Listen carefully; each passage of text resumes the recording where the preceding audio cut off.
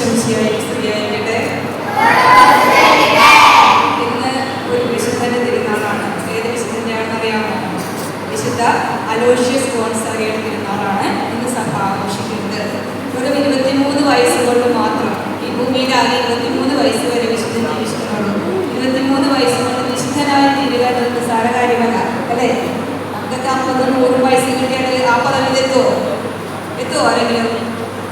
അപ്പോൾ വെറും 23 വയസ്സുകൊണ്ട് വിശുദ്ധ പദവിയിലേക്ക് ഉയർത്തിയ വലിയ പട്ടാളത്തിന് മേലധികാരിയായ തരത്തിൻ്റെ ഒരാളുടെ പുത്രനാണ് അദ്ദേഹം. വിശുദ്ധനായിരുന്നു. ആ വിശുദ്ധനെ കുറിച്ച് കൂടുതലായിട്ട് നമ്മുടെ സേവ നിങ്ങളോട് സംസാരിക്കുന്നത്. വിശുദ്ധ അലോഷ്യസ് ഗോൺസാഗയെയാണ് ഏറ്റവും പരിചയപ്പെടുത്തുന്നത്.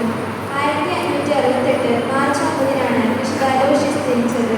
കത്തോലിക്ക സഭയിൽ യുവജനങ്ങളുടെ മധ്യസ്ഥനായി അറിയപ്പെടുന്നു.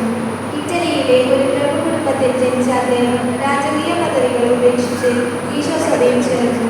ഒരു സൈനികനായിരുന്നു വിശുദ്ധ അലോഷ്യസിന്റെ പിതാവ്. മാതാവ് തികഞ്ഞ ദൈവഭക്തയായിരുന്നു. അതിനാൽ മാതാവിൽ നിന്നും ഒത്തിരി പ്രാർത്ഥനകൾ പഠിച്ചു.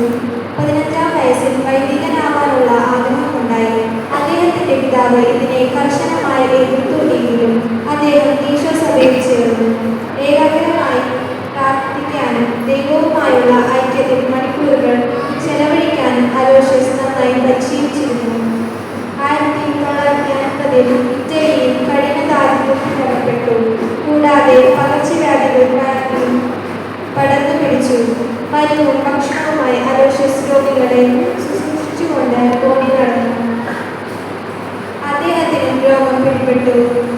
രോഗപീഡനങ്ങളെല്ലാം സഹിച്ച് ജൂൺ 21-ന് 23-ാമത്തെ വയസ്സിൽ ഈ ലോക ജീവിതം അവസാനിച്ചു. 1726-ൽ അലോഷ്യസിനെ വിശുദ്ധരുടെ പട്ടികയിൽ ചേർത്തു. 1729-ൽ യുവാക്കളുടെ പ്രത്യേക മധ്യസ്ഥനായി വിശുദ്ധ അലോഷ്യസിനെ ഉയർത്തി.